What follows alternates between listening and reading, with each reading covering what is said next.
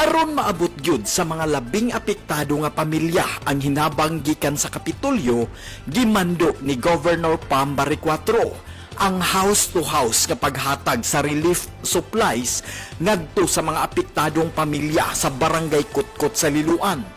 Ang Barangay Kutkot sa Liloan, usa sa mga lugar nga grabe ang kadaot, dihang gibanlas ang mga balay sa baha sa Bagyong Tino. Ang umagad ni Governor Pam Barriquatro nga si Dr. Janos Vizcaino naghatag sa iyang voluntaryo nga serbisyo sa paghatod sa mga hinabang sa pagtuman sa sugo sa gobernador nga mahatag sa labing nagkinahanglan ang mga hinabang. Gawa sa paghatag og relief supplies, si Dr. Janos nitabang usab sa pakig-alayon aron masulod sa mga heavy equipment sa Kapitolyo ang mga lugar nga kinahanglan ang clearing operations sa Liloan ug Compostela. Uban sa mga responders sa Cebu People's Action Center o CPAC, nagpadayon ang pagpanghatag sa Kapitolyo sa mga pasiunang tabang sa mga pamilya nga grabing naapektuhan sa Bagyong Tino. Ako si Munching Austero.